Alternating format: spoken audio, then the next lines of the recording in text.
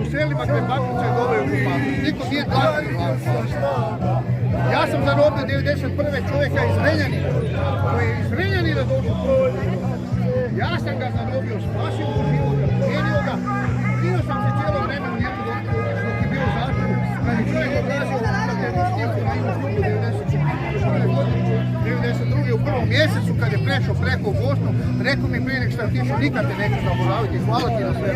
Ja sam živo spasio četniku koji je pucao po nama. Nisam dao da mu zašto? To neće vidjeti niko.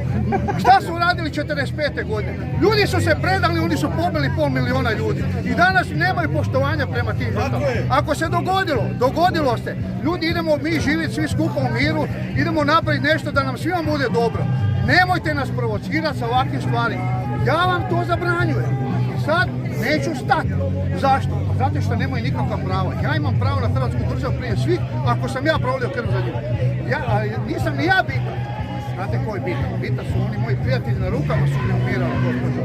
I govorili su imat ćemo Hrvatsku. 18.11. je pao Vukovar.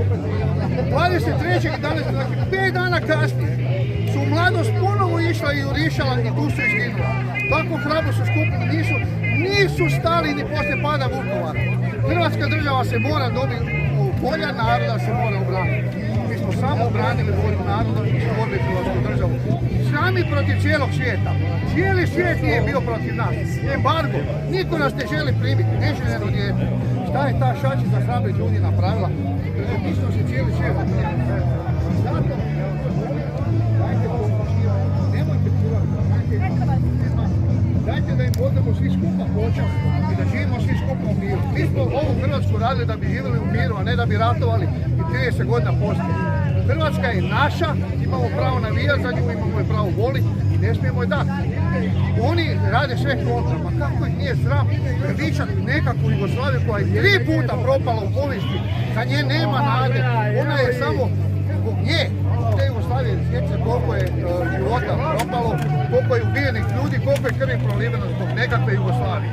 Ajmo zaboraviti to, cijeli svijet rata, ajmo mi pokazati jedno jedinstvo, da se ne proljeva krv više i da nema više ovakvih stvari, da se mi ovdje na dane koje treba obilježavati svi zajedno družimo u miru, dostojanstveno i pošteno. Eto, to je moja poruka, želim mir, ali želim poslati poruku da se sa nama niko neće igrati. Sa žrtvama mojih prijatelja koji su meni na rukama umirali dok su greva svoja država u rukama, ja sam njima dužan danas biti ovdje i ovo govoriti. Njima sam dužan. Imam 5 djece i dao sam za Hrvatsku sve.